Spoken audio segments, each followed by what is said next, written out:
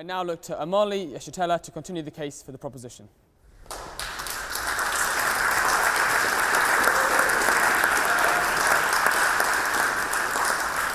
Mr. President, ladies and gentlemen, I have only recently come here from the United States of America. And that being the case, I cannot stand before this august body without prefacing my statement in defense of closer unity of Africa,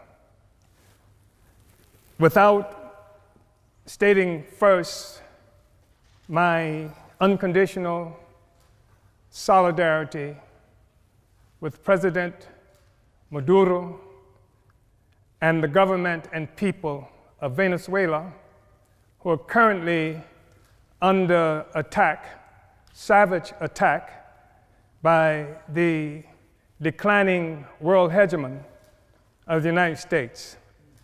I think it's absolutely necessary to say that coming from that country, and especially looking at the fact that the United States travels the world preening, presenting itself as the guardian of democracy and the rights of the peoples around the world, where the reality is that Africans who are colonized in the United States represent at least half of the largest prison population in the world. There are more Africans in prison in the United States than there are people in Djibouti or in Equatorial Guinea.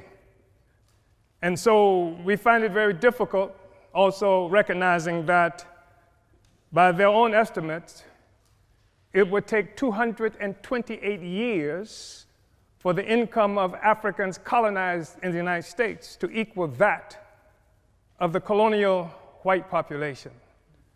So it is absolutely necessary for me to stand here today before you expressing total opposition to the United States government terroristic actions against the people of Venezuela with an attempt to starve the people into opposition to their government.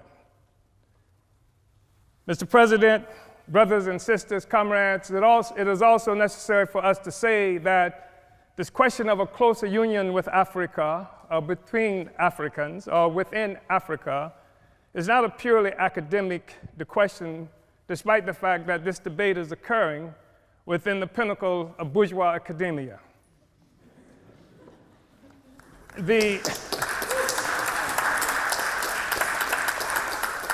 That there is a natural, historical inclination for Africa and African people to be united, which is one of the reasons I am here today. The truth of the matter is that this discussion about the unity of Africa, union of Africans, started much earlier than any incursion, as it might be characterized, of China or the Trump administration into Africa. The reality is that Africa came under assault some 600 years ago when Portugal first came and captured African people and initiated the process that would begin capitalism and would establish and consolidate the identity of Europeans in the world.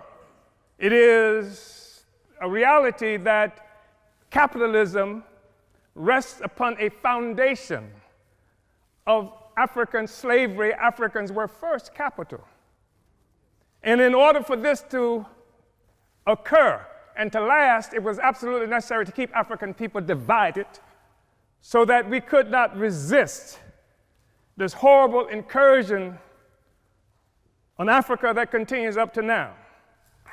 I think it's important to be able to say that. I think that we have to say that we've seen example after example by African people to unite. We've seen what used to be warring tribes in this geographical terrain that we occupy at this moment, able to achieve a sense of sameness that people refer to as nations, founded on a common economy that came from slavery and colonialism. This is the basis of the unity that we see. If there is a problem with the European Union today, it is because the foundation, the economic foundation of capital, of imperialism, is being stressed by the struggles of the oppressed peoples of the world to take back their resources from this parasite that bleeds Africa, that bleeds the world, that bleeds Afghanistan, that bleeds the people of Yemen who are dying by the thousands even as we have this discussion. This is the basis of a Brexit. It can't stand together anymore because the host is rejecting the parasite. And it's creating crisis throughout Europe and throughout the imperialist world. I think it's necessary, brothers and sisters, to say that there has been a natural trajectory by African people for closer union.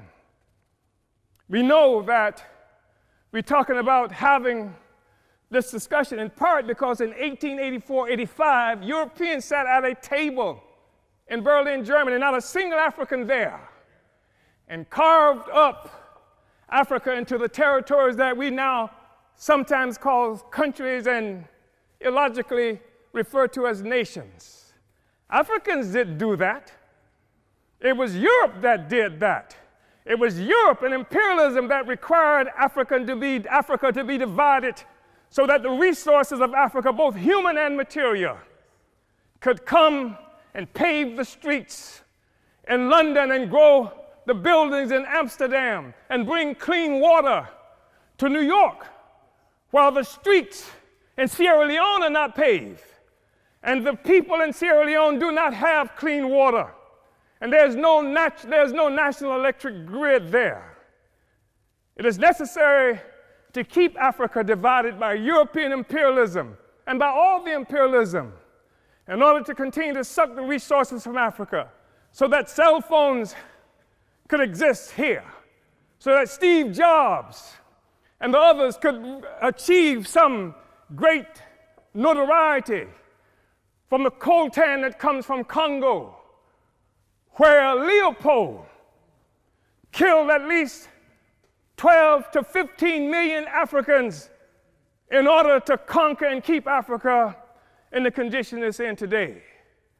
We talk about a united Africa and African Union because of what European imperialism has done to Africa to keep us divided. We know it's true. We saw 100 years or so ago, Marcus Garvey organized the Universal Negro Improvement Association and African Communities Leagues that stretched across the globe. More than 11 million African people everywhere were connected to this. Africa for Africans, at home and abroad. That was the cry. Not Africans for Nigerians that didn't even exist until the British created it in 1915. And Flora Shaw, the mistress who would become the wife of Frederick Lugard, came up with the name nigger area. Not this false national consciousness that has been imposed on Africans around the world, so that when the Portuguese found shrimp on West Africa and then named it for the Portuguese word for shrimp, Cameroon, it is not true that they are shrimp despite the fact that the people call themselves Cameroonians today. It is a false national consciousness. The false national consciousness that created the American Negro, that created the Black Brit, and the Afro-Swede. We are one Africa, one nation, and we must have closer union. But in order for that to happen, it has to be a revolutionary union. The Organization of African Union, created on May 25th, 1963 in Addis Ababa, Ethiopia, was part of an effort to circumvent efforts by Kwame Nkrumah to build a single union of African states. And instead, we come up with an Organization of African Union that codified the colonial borders that were created by Europe in 1884 and 85.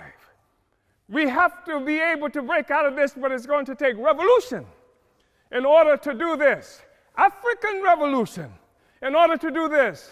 African revolution that will destroy imperialism and the world economy that's responsible for the growing immiseration of the masses of people around the world. Uhuru.